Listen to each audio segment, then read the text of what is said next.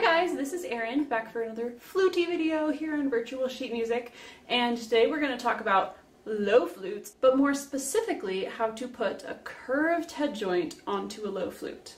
Alto flutes can come with a curved or a straight head joint, and the sound of a straight head joint is always going to be better, but if you're playing a ton of alto or you're a smaller human in general, then a curved head joint is probably a better fit for you. Personally, I bought an alto with both because I want my students to be able to find alto more accessible by using a curved head joint, but then I can use a straight head joint for all my recording and anytime my sound is super important. For most altos, when they are put away in the case, the head joint is going to have to be rotated so that it can fit flat in here to an angle that is not conducive to putting it on the flute and getting a good sound. So if I take this out of here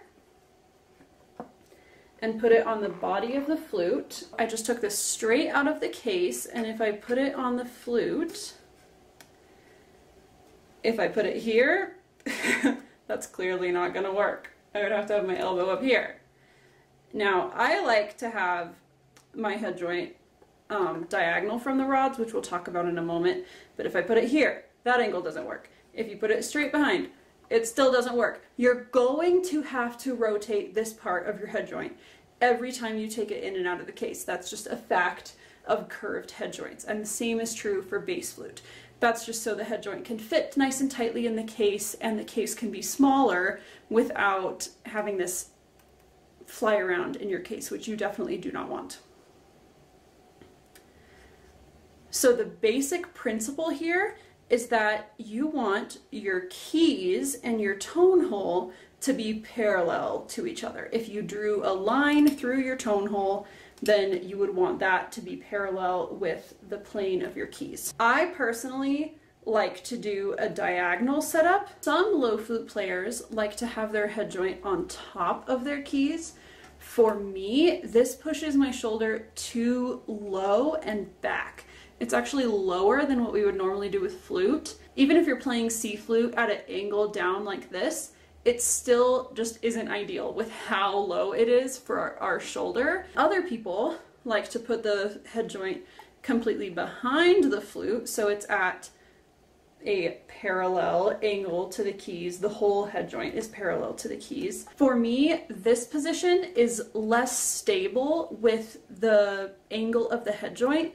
Sometimes if you put it here, if your head joint is just a tiny bit loose and you push it onto your face, it'll actually push the head joint down, which definitely isn't good. And this head joint isn't too loose, right? I don't recommend doing this, but I can hold it by just the head joint. This is not too loose, but it can still just push it around if I have it parallel to the keys. So what I like to do, and what a lot of other good low flute players I've talked to like to do, is actually a 45-degree angle. So I line it up with the rods of the flute. I line the middle of the head joint up with the rods. I'll show you what that looks like. From your angle, you can see that my head joint is lined up with the rods here. It's, if I leave my keys flat to the ground, it's about a 45-degree angle up.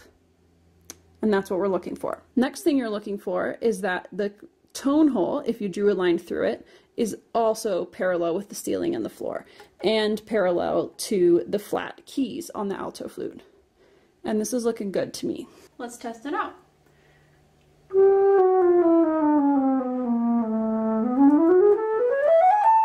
Now, I love this position for alto because it does let my hands be a little bit more relaxed than if they're like straight out in front of me, like this kind of angle would be.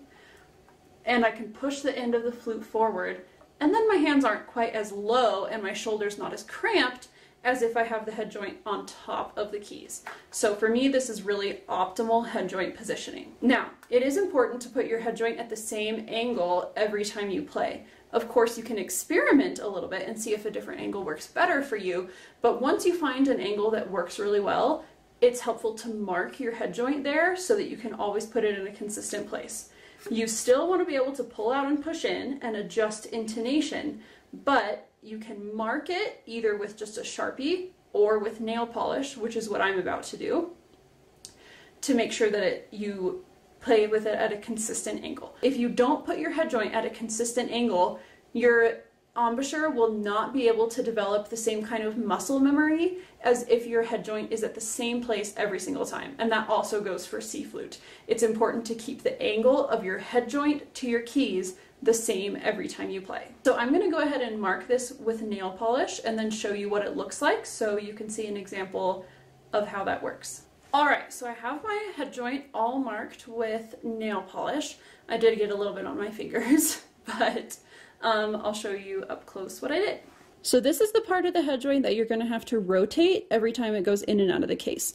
So I wanted to make sure I marked this part, and you might be pushing in and out a little bit here. Usually most of our intonation changes will come from here, but I just pull out a teeny tiny bit in general here at this joint. So I just tried to get a dot on this part of the head joint and a dot or line on this part of the head joint that are about the same width so that I can see every time that they're lined up. And then over here, I actually pushed all the way in and did a line. And then if you're pulling out, it's really easy to just make sure it's still lined up. But if you do it with it pushed in all the way, then you don't have to worry about rubbing it off from changing your intonation. So I'm going to let this dry before I put it back in my case, but all these same principles apply to bass flute. So you want to get the head joint itself lined up with the rods of the flute, and then make sure that the tone hole is flat to the keys, and then when you play, the keys are flat to the floor. That will make a huge difference in your consistency on low flutes and your sound in general. Thank you guys so much for watching. Let me know if you'd like to see more low flute videos. This is my newest flute baby, so I'm very excited about it, and would love an excuse to mess around with it some more. Thanks for watching. Bye!